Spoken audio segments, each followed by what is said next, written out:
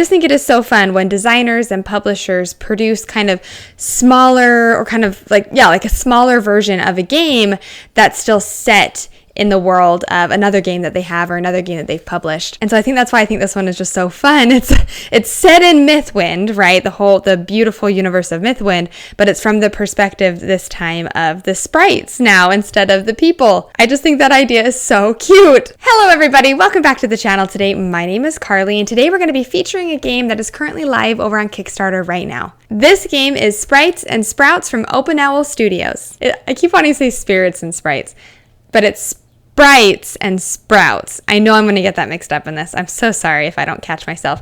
Sprites and Sprouts, as previously mentioned, is actually a game that is set in one of Open Owl Studios' previous games called Mythwind. These two games are very different, but they are kind of set in the same universe, the same theming, and in this game, you are actually playing from the perspective of the cute little sprites that are living in the land versus Mythwind, where you're playing from like the humans, right? So in this game, you're playing as a mischievous little sprite who's working together to help the farmer tend the fields with your magical sproutlings. You will be improving your skills, completing crop challenges, and guiding your tribe to glory before winter falls. Now, before I get too far into this video, I do want to briefly mention that this is very much a prototype copy of the game. So everything you see is subject to change. I was also working very much with prototype rules.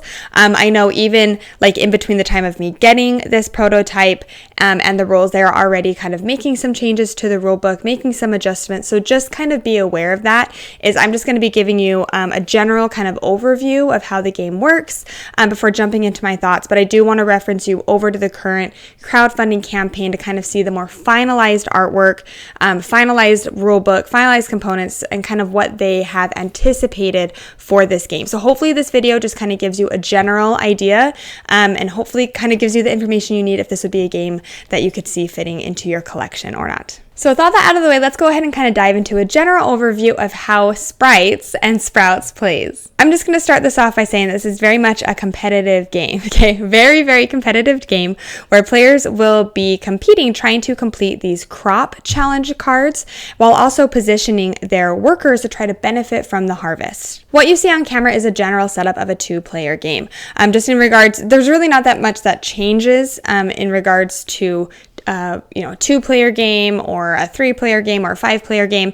Really the main thing that changes is how many days or rounds you will be playing. That's dictated by the farmer track down here. So we'll get to that in just a second. But just in regards to setup, you're going to have a couple main boards that are in front of you. You will have this large garden area of the board and then also this farm track. So there's going to be these two different tracks or two different boards that you'll set up in view of all players. I mentioned before this farmer deck, you will shuffle it up and then place it face down at the designated section on the farm board. You will also have these two different challenge card decks. You'll have one that's titled as Challenge A and then another one that's Challenge B decks. So you'll go ahead and shuffle them up and divide them accordingly, again placing them on the farm board. At the beginning of the game, you're going to start with Challenge A or Challenge Cards A, and those are going to be the active cards that will be in play for the first round of the game. In subsequent rounds, you will switch, so then in round 2, it'll be the B cards that you would use, and then back to A for round 3 and so on. But because we're just kind of setting up the beginning of the round, again, we're starting with challenge card A. So this is going to be the active cards or the active deck that's going to be in play for this round. So let's chat now a little bit about the individual player setup and what you're going to grab. So everybody will have one of these player boards. I love the look of these, by the way. The little sprites are so... Oh my goodness, I'll make sure to throw up B-roll and pictures so you can see how cute these boards are. I just think they're adorable. So everybody will take a sprite, and with every single sprite, there will also be one meeple. It's officially called your Sprite meeple is what it's called. So every player will have one of these, and these actually start on the magic area of your player board. You will also have a handful of workers. Now the amount of these kind of depends on your player count.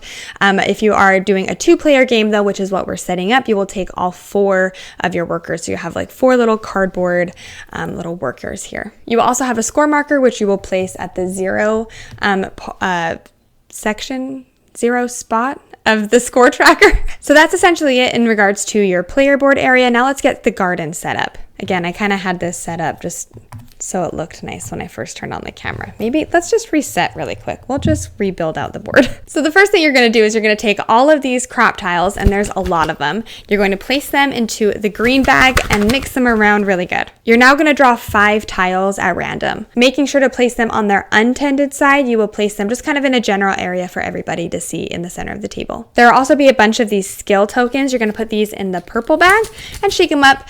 Throughout the game, you'll be able to collect these and kind of build out your personal player board, but you don't need them kind of at the beginning of the game. Coming back to the farm board here, now you will actually deal out 1 card to every player around the table from, again, the active player or the active challenge deck, which at the beginning of the game is the A1. So go through and hand those out and everybody will reveal them at the same time. Now these cards are going to show you quite a bit of things. They're not really multi-use cards, but they show you some information at certain points during the game. So right now what we're actually determining is the starting player for the game, and how that is actually determined is by the number in the upper left-hand corner of the card. Whoever was dealt the highest number is going to be the first player for this round. You're now going to reveal some additional challenge cards based on your player count. Again, 2-player game, so we're going to be revealing 3 additional challenge cards. So you'll just place these cards face up for everybody to see. And now, going in turn order, everybody will take turns randomly selecting tiles from this green bag here and covering them on the specific zones that's shown on all of the revealed cards around the table. So for example, if this player over here was going first, A2, so come to the bag, randomly pull out a tile, again making sure to place it on its untended side, so the brown side, and fill the A2 area of the board. Very quickly, I'll speed things along here. So now after all the tiles have been placed, and a very important thing happens in regards to this farm board. There's a section at the bottom of the farm board that is basically showing the grid in the garden. You will now take the game comes with these like little green cubes, and you will now place green cubes on top of all of the tiles that have been revealed. It'll kind of become clear later on why this is so important, but basically this helps you kind of deduce or figure out what is going to actually score for the harvest. All the cards that were revealed are now going to get reshuffled up, placed onto the bottom of the deck, and now everybody secretly will get dealt 1 more challenge card, and this is the challenge card that they will have with them kind of inherently for this first round. Now coming in now to gameplay, I mentioned how every single game is played over a series of days or a series of rounds. Every single round is going to have a start of day phase, a sunrise phase, a sunset phase, and then an end of day phase. Starting with the start of day, the first thing that players are going to do is actually reveal a farmer card. Every single one of these farmer cards will have text on the bottom that everybody around the table will read and resolve whenever that they are revealed. They also have symbols though in the upper left-hand corner of the card that again can just trigger more things and kind of help activate things at the beginning of the round. After resolving the farmer card, you're now going to kind of like prepare the harvest or get the harvest ready, I guess. Like, I don't really know what it is thematically. But you'll essentially just take one of the top challenge card of the current active deck and place it face down on the harvest section. This is the particular card or location that will score points during the harvest. At this point of the game, nobody knows what it is yet though. Now we're going to move on to the sunrise phase, and these are where players are primarily going to be taking their actions. First thing that players are going to do on their turn is they're going to take turns moving their little sprite meeple, to a new location on their player board. Every single player board has 4 distinct actions. You have a planting action, a tending action, a prepping action, and then a magic action. After you've moved your worker to a new location, you now can choose to activate that row if you want to. So very briefly, let's talk about each of these actions and kind of how they operate. For the planting action, you'll take one of the face-up tiles from the general supply and add it anywhere on the board that is empty. When you are placing these tiles, you have to make sure that they remain on their untended side, but you are able to rotate them in any direction that you want. The tending action allows you to take one of the previously placed tiles that are already on the garden board and flip it over to its tend side. This is important because your little tiles that are tended will be worth quite a bit more points than your untended soil plots. It's also important to note that when you do flip a card from its untended to tended side, you actually can reorient the card and rotate it if you desire to. The next action is the prepping action. This allows you to draw more challenge cards into your hand. We'll kind of talk about how they score in just a second. The final action is the magic action. Now this one is really interesting. The magic action allows you to take a planting, tending, or prepping action but it actually enhances the base action. So for example, if you use the magic action, you could choose to plant twice, but it kind of comes at a catch. Let's just say I did use the magic action in order to plant twice. Well, I actually have to use one of my workers, which we haven't quite talked about yet, but I actually have to use one of my workers to block off that planting space now for the rest of the day. So that means for the rest of this day or the rest of this current round, I actually can no longer use that planting action. So the magic action is good because it kind of gives you more than these regular actions, but you want to be really careful when you actually activate it and use it. So now you kind of know what each of the actions are on your main personal board. So you'll move your little sprite worker, activate that action, and now what's going to happen is you're actually going to place one of your workers onto this garden board area. But again, if you took the magic action, your worker will actually cover up that action, preventing you from using it again throughout the rest of this day. But if you use any of the other actions apart from the magic action, then that's when you actually place these onto the main garden area. You will be placing these workers either on a crop area, directly on one, or on a border area. Now the placement of these guys is super important because these are what you're going to be getting all of your harvest points from if you place accordingly. Again, I just want to reference you kind of over to this area on the farm board is as more tiles are being revealed, right? And more cards are being revealed, where more of these places and locations are going to fill up. Now these challenge decks, every single one of these cards is showing a different location on this garden area. And you know that one of them is set to the side face down and one of them is going to score. So as more cards get revealed, you're going to know more and more cards that inherently this harvest card could not be, right? Because there's only one of each of these. So as more information gets revealed and this area on the bottom of this farm board fills up, you will kind of be able to deduce a little bit or kind of have a really good guess and as to where you should place these. Because if at the end of this day, the harvest will occur, and if your little workers are on that particular location, you are going to get a lot of points for that. You will also get points if you are on that particular row or column of that zone as well. So that's kind of why your placement on this board is really important. And again, this bottom of the farm board kind of helps give you a little bit of a kind of an idea of where you should be kind of aiming for your workers. After placing your worker down, now this is where your challenge cards that you personally have in your hand come into play. You can lay those down and actually score them up at that point. Every single one of these challenge cards are just going to be basically showing you different patterns that you're trying to connect or group together or make with your fruits and vegetables that you're going to be planting within this garden. And again, when you lay down cards, you're revealing more information for the harvest card, right? So more and more people with more cards that are laying down know what spaces inherently it cannot be, because that's not the card that is secretly flipped over in the harvest zone. Play will continue like this until everybody is out of workers. That's kind of what signals the end of the sunrise phase, and now move on to the sunset phase. During the sunset phase is when you actually reveal the harvest card.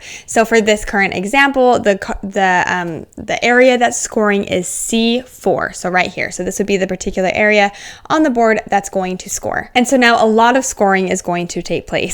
If you have a worker on that particular location, if you're lucky enough to have that, then you are going to score 10 points if it's an untended location, 5 points if it's an untended location, and then 10 points if it's a tended location. If you are on the particular border space that again links up with that location, you will also score a lot of points. And then also if you have a worker that's in that particular the row or column that scoring location is in, you will also score additional points for that. And again, all this scoring, you're going to get quite a bit more points inherently if the locations that you are on are tended versus untended ground. So you got to be tending up that ground. You got to get those points. After all the scoring has taken place, everybody will take all of their workers back, and then you will also remove the crop tile on the current harvest location that's being scored, and any tile that is in the row or column of that particular harvest location as well. So the board kind of gets wiped a little bit. So now we're going to move on to the final phase of the round, which is the end of day phase. I kind of talked about this purple bag in setup, but these are the skill tokens that's going to be found throughout the game. So at the end of the round, this is when you will actually reveal these, one for every player plus an additional 2. And players will take turns going again and still in turn order, selecting these.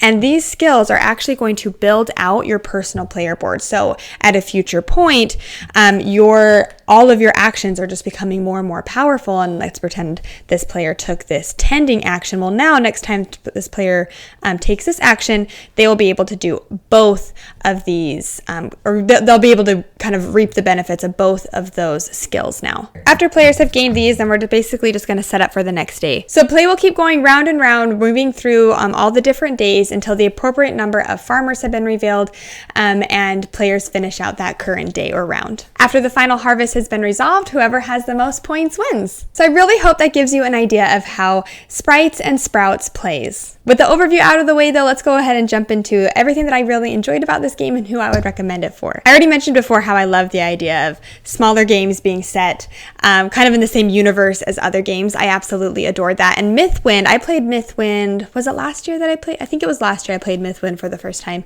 And I just fell in love with the world. It's such like a cozy game. It's actually been a while since I pulled it off the shelf. But after playing this, I actually want to pull it off again. But it's just kind of one of those games where I just want to sit down and be cozy and just kind of play by myself and kind of build up my little world. Kind of gives me like Animal Crossing vibes. This game is inherently very different, but I love how it's set kind of in the same like universe, just in my head. Like I love that kind of tie in with the theme. Kind of coming back to gameplay though, I absolutely love puzzly type of games. I love trying to work out patterns and pattern building every single round. You really don't have that many.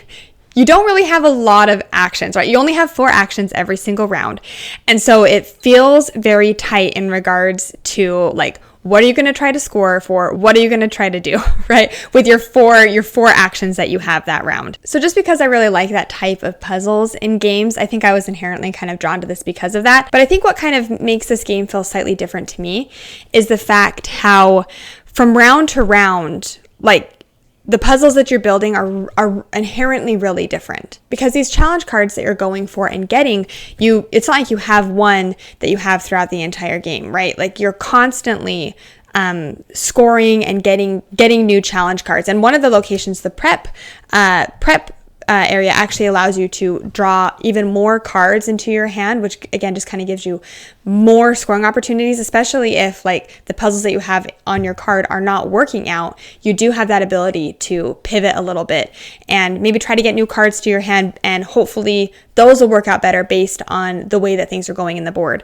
It feels very cutthroat and mean too, especially if you're playing at higher player counts, because that's a lot of hands that are constantly coming into the garden and tending and turning and maybe figuring stuff out right before you were supposed to score that area. Maybe somebody comes in and tends it and rotates it the way that you didn't want it to. So I can see how that might be a little bit frustrating for some people, because you are basically trying to plan around a constantly shifting and moving board that you are not fully in charge of and shifting, right? But for me, I actually liked that puzzle. I thought like it actually was fun because it added a good like angst to the game, because I was like, if I was one turn away from scoring, I was like, you better not move, like please don't move. And then when they don't and you're hurried and able to score, like it feels really good when you are able to get those big scoring moments in, because the board is shifting so often. I really liked the scythe take on the action selection in regards to you have your little meeple and you have to move it to a new location every single round, right?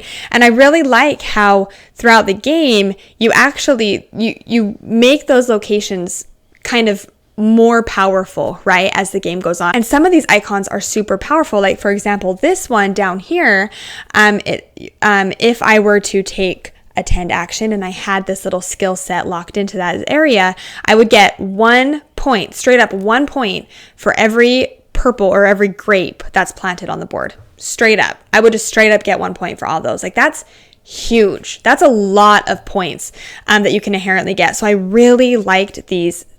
Like it kind of had a fun ramp up to the game almost, because it just kind of steadily feels like you're getting a little bit more every single turn. One of my favorite parts though about this game and the puzzle is the harvest, and how the more cards that are revealed, and every single time a card is revealed, you have more and more information in regards to what is actually going to be scored for the harvest. I love that, because it's not area control, but it almost kind of feels like area control because at the beginning, especially like at the very first round, right, you're kind of hesitant to place your workers. You kind of have a little bit of an idea. Like, for example, the current setup, like I would know, you know what, I'm not really going to bet on A because almost all the A tokens are already out, right? Or all the A numbers have already been revealed. So I know it's not that one. But as more and more people are scoring those challenges for the round, you can kind of hone in and have a pretty good idea, or at least have a good idea of where to place to at least score some points, right? But everybody around the table is also equally fighting for that. It just made it so fun, and it felt so good the few times where I guessed, and then, the end of the round happens and the harvest was revealed, and I was right, and I was freaking right. There really was a ton of variability in the challenge cards too. I also really appreciated how on each of these cards it actually had an example of scoring, so you don't really have to go to the rule book for the scoring of the cards, and there's so many cards, so I really appreciated that. It has a written example of how it scores, but then also like a visual with the exact kind of scoring, like the scoring that's shown in the corner. Just the way my brain works, I need every little bit of help, and I love seeing things visually laid out, so I really think that they did a good job with the cards in that regard. Overall though, I actually was pleasantly surprised by this little game. There was lots about just simply trying to puzzle out. It almost kind of feels like it's not like Candy Crush, but almost kind of in regards to like just trying to get links, right? Or trying to get stuff in the particular patterns that you want. And that just works with my brain. I just like those little puzzles. And this game, I mean, it plays fairly quick, plays fairly fast. I actually really liked it at 2 and 3 players, because I actually haven't had the chance to play it with more players yet, so I can't really speak to that. But I mean, I can only imagine that with more player counts, it's just like more kind of craziness that's on the board. But I really, really liked it at the 2 and 3 player games that I've played of this. It is just inherently kind of fun to have a game that's, again, set in another game, or kind of in the world of this other game that I really enjoy. But this is definitely one that I would take off the shelf and introduce to people, because it has a good amount of thinkiness. It's pretty straightforward. Once you get the rules, it's actually a very straightforward and kind of streamlined game. Another kind of layer to the puzzle though is not only are you just trying to inherently fill out your garden, but it also is really important when you decide to tend or not. Again, you always want to tend. You always want to tend because you get so much more points, but again, just kind of coming back to workers, is you don't always have enough workers, right? So it's like, okay, when am I tending? And when am I scoring? And all the tiles that everybody else are placing out and tending is equally contributing to what you could potentially score for, right? Overall, I really enjoyed my games of Sprites and Sprouts. I just think it's a really kind of fun, interactive, abstract game. I feel like some of the abstract games I've been playing lately haven't been as interactive as this was. So I actually really liked just how freaking interactive it is. All right, so that kind of rounds out my thoughts in regards to Sprites and Sprouts. I hope that kind of gives you all the information you need in regards to if this game would be a good fit for you or not. Again, I just wanted to give a really quick shout out to Open Owl Studios and thank them for sponsoring this Kickstarter preview for you today. Thank you so much for watching this video. If you enjoyed this video and you haven't yet subscribed to the channel, it'd mean so much if you could do that. It really helps support me in everything that we're doing over here. But until next time, I hope you have a great rest of your day and we'll see you later.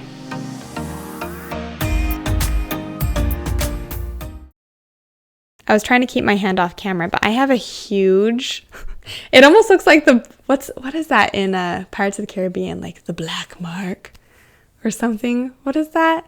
It looks like that.